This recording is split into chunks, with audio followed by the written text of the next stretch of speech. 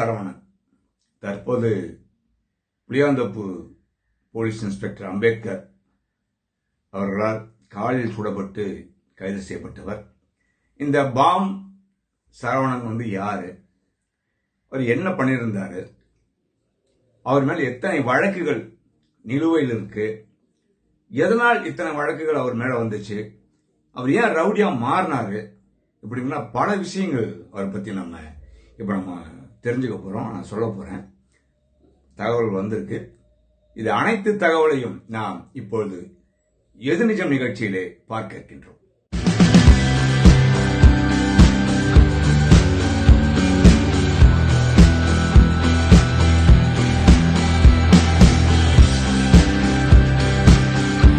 சென்னை புளியந்தோப்பு பகுதியை சேர்ந்தவர் சின்ன கேசவலு.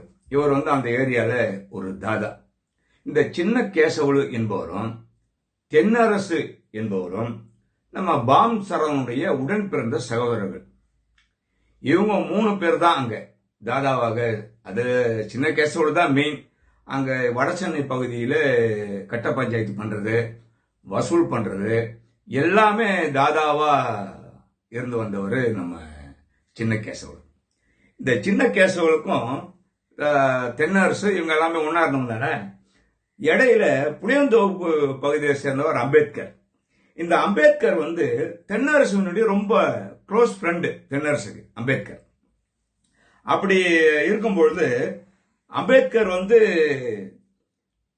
தென்னரசுவின் எதிரியாக இருக்கிற எண்ணூர் தனசேகர், அதாவது இவங்க எப்பவுமே ரவுடிகள் இருந்தா கோஷ்டி பூ சொல்றீங்க இல்லையா, அந்த தனசேகர் கூட இவர் போய் பேசிட்டு இருக்கார்.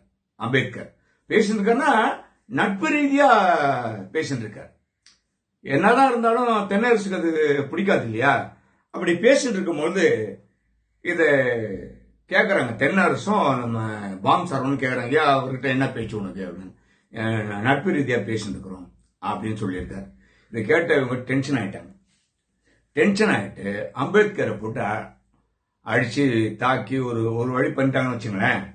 அதன் பிறகு இவர் நம்ம அம்பேத்கர் என்ன பண்றாரு, எண்ணூர் தனசேகரோட சேர்ந்து பாம் சரவணன், தென்னரசு இவங்க 2 பேரையும் போட்டு தரணும் அப்படின்னு இவங்க முடிவு பண்ணிட்டாங்க. ஏன்னா இங்கதான் ஆரம்பிக்குது. இங்கதான் எல்லா விவகாரமும் ஆரம்பிக்குது. இவங்க ரவுடித்தனம் பண்ணது எல்லாமே இதுக்கு ஒண்ணு பிரச்சனைகள் வந்துகினே இருக்கு. அப்ப கடந்த 2015ஆம் ஆண்டு இந்த அம்பேத்கர் குரூப் தென்னரசை தீர்த்து கட்டுறாங்க. அவங்க திட்டப்படி முதல் ஆளு தென்னரசை காலி பண்றாங்க.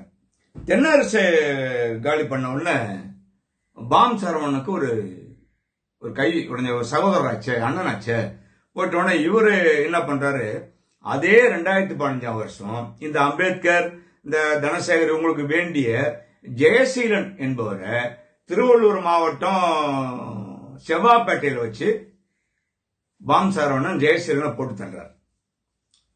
இந்த விஷயம் இவங்களுக்கு வருது. வந்தவொடனே இவங்க மறுபடியும் டென்ஷன் ஆகுறாங்க.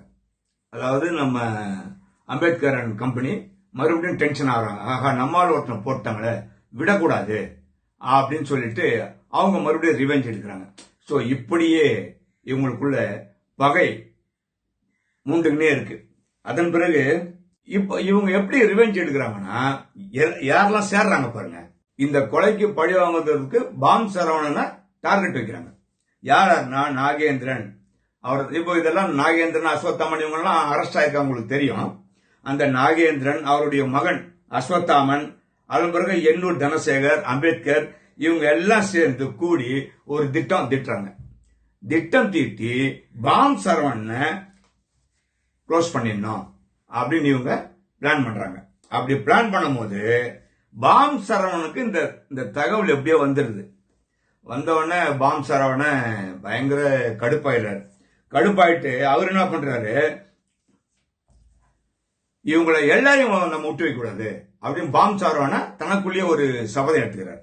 சபதம் எடுத்துக்கின்னு அதன் பிறகு ஆம்ஸ்டாங்க கொலை பண்ணிட்டாங்க. இவங்க தென்னரசும் கொலை பண்ணிட்டாங்க, ஆம்ஸ்டாங்கையும் கொலை பண்ணிட்டாங்க. அதனால நாம இவங்களை விட்டு வைக்க கூடாது, இந்த திட்டம் தெரிஞ்ச பாம் சரவணன் என்ன பண்றாரு, இவங்க எல்லாரையும் போட்டு தள்ளிடணும் அப்படின்னு இவரு கணக்கு போட்டுன்னு ரெடி ஆகுறாரு. சோ சென்னையில இப்படி தொடர் மர்டர்ஸ் நடந்திருக்கு. வரத பார்த்தோம், போலீஸுக்கு ரொம்ப இது வந்து நெருக்கடியா இருக்கு. இவர் பாம் சரவணன் போட்டிருக்கிற திட்டம் வந்து ஐஎஸ் போலீஸுக்கு தெரிஞ்சு போச்சு. ஐஎஸ் போலீஸ் கமிஷனர்கிட்ட சொல்லிட்டாங்க. கமிஷனர் உடனடியா நடவடிக்கை எடுக்க சொல்றாரு. பாருங்க எப்படி எங்க ஆரம்பிச்சு எங்க வந்து முடியுது பாருங்க. நடவடிக்கை எடுக்க சொல்லிட்டு பாம் சரவணனை பிடிச்சாங்க. அது மட்டும் இல்லாம இந்த விஷயம் தெரிஞ்சு, அதாவது பாம் சரவணனை பிடிக்க சொல்லி கமிஷனர் சொல்றாரு. இந்த விஷயம் தெரிஞ்சு போன பாம் சரவணனை உடனடியா சென்னையை விட்டு வெளியே போயிடுறாரு. எங்க போறாருன்னா ஆந்திரா போறாரு, டெல்லி போறாரு, அப்படியே நார்த், அப்படியே ஆறு மாசம் அப்படியே அங்கேயும் எங்கேயும் ஷிஃப்ட் ஆகினே இருக்கார். ஒவ்வொரு ஏரியாவா ஷிஃப்ட் ஆகினே போறார், மாறி மாறி போய்கினே இருக்கார். இது எப்படியாவது பாம் சரவணனை பிடிக்கணும்னா போலீஸ் கங்கணம் கட்டிட்டு இருக்காங்க. இதுக்கிடையில இன்னொரு விஷயமும் சொல்றேன். பாம் சரவணன் 1998ஆம் ஆண்டு சின்ன குட்டி என்பவரை கொலை செய்த வழக்கு ஒன்னு, 2001ஆம் ஆண்டு ஹாரிஷ் என்பவரை கொலை செய்த வழக்கு, அதுக்கு அடுத்து 2002ஆம் ஆண்டு கதிரவன் என்பவரை கொலை செய்த வழக்கு, அதுக்கு அடுத்து அதே ஆண்டு இன்னொரு கதிரவனா, 2 கதிரவன் போல இருக்கு, இன்னொரு கதிரவனையும் கொலை பண்ணிருக்கார். அதுக்கு அடுத்து 2011ஆம் ஆண்டு வெள்ளையன் உமா என்கின்ற உமாசங்கர் என்பவரையும் கொலை பண்ணியிருக்காரு. ஆக இந்த வழக்கில் அதுக்கப்புறம் 2016ஆம் ஆண்டு ஜெயசீலன், அதான் திருவள்ளூர் கொலை பண்ணார் இல்லைங்களா, ஜெயசீலன், அவரை போட்டிருக்கிறார். ஆக 6 கொலைகள் இந்த பாம் சரவணன் மேல இருந்திருக்கு. அது எல்லாமே நிலுவையில் இருக்கு. அதன் பிறகு இப்படி ஒரு நிலைமையில தான் பாம் சரவணன் படிப்படியா வளர்ந்து வர்றார். அதன் பிறகுதான் இவர் என்ன பண்றாரு, சென்னைக்கு வர்றார். சென்னைக்கு வந்த பிறகுதான் புளியந்தோப்பு இன்ஸ்பெக்டர் அம்பேத்கர் இவர் பிடிக்கிறார். ஆக இந்த வழக்கு எல்லாமே இத்தனை வழக்குகள் இருந்திருக்கு.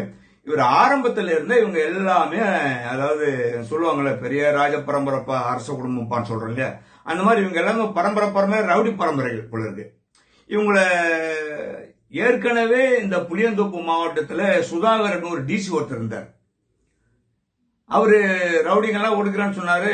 ஒண்ணுமே நான் பண்ணாம தெரியல. இப்ப அடிஷனல் கமிஷனர் டிராபிக்ல இருக்கார். சோ இந்த மாதிரி தான் பாம் சரவணன் வளர்ந்திருக்கார். ரவுடிகளை ஒடுக்கி சென்னையை சுத்தி கித்தி அடிச்சு எல்லாத்தையும், அதாவது தனக்கு எதிரி இருக்கக்கூடாது அப்படின்னு நினைச்சு தன்னை வளர்த்துனவர் தான் பாம் சரவணன். இப்ப இதுல இருக்கார், ஹாஸ்பிட்டல் இருக்காரு. அதுக்கப்புறம் அந்த கோயம்பேடு பன்னீர்செல்வம் அந்த மாற்றுக்கு அவரையும் கூட்டு போயிட்டு மாற்று பண்ணவர் இவர் தான். அதுக்காக உங்க கோயம்பேடு போலீஸ் இப்ப விசாரிக்க போறாங்க. இவ்வளவு விஷயங்கள் பாம் சரவணன் மீது இருக்கிறது. இப்படிதான் வளர்ந்திருக்காரு பாம் சரவணன். அது மட்டும் இல்ல, இன்னொரு கூடுதல் தகவலுக்காக ஒன்னு சொல்றேன் உங்களுக்கு. அவங்களுடைய மனைவி மகாலட்சுமி, அவங்க யாருன்னா பாரதிய ஜனதா கட்சியில அதாவது பாரதிய ஜனதா சிந்தனையாளர் பிரிவில் தமிழகத்தினுடைய தலைமை பிரிவில் ஒரு பொறுப்புல இருக்காங்க. இப்ப சமீபத்தில் கூட ஃபங்க்ஷன்லாம் பண்ணிருக்காங்க, பர்த்டே ஃபங்க்ஷன். அதுக்கு எல்லாம் பிஜேபியில இருந்து எல்லா தலைவரும் வந்திருக்காங்க. ஆக பரவாயில்ல, பிஜேபியுடைய கூடாரம் எப்படி இருக்கு நீங்களே பாத்துக்குங்க. இந்த மாதிரி தான் இருக்கு. மற்றும் இன்னொரு பாம் சரவணன் உருவாகாம நம்ம சென்னை போலீஸ் பாத்துக்கணும். சரியான நடவடிக்கை தான். ஒவ்வொரு முறையும் கண்ணும் கருத்துமா செயல்படுகின்ற காவல்துறையினர் இப்படி ஒவ்வொருவராக பிடிச்சி தூக்கி உள்ள போட்டீங்கன்னா சென்னை நிம்மதியா இருக்கும். மீண்டும் இன்னொரு எதிரஞ்சம் நிகழ்ச்சியிலே உங்களை சந்திக்கின்றேன். நன்றி, வணக்கம்.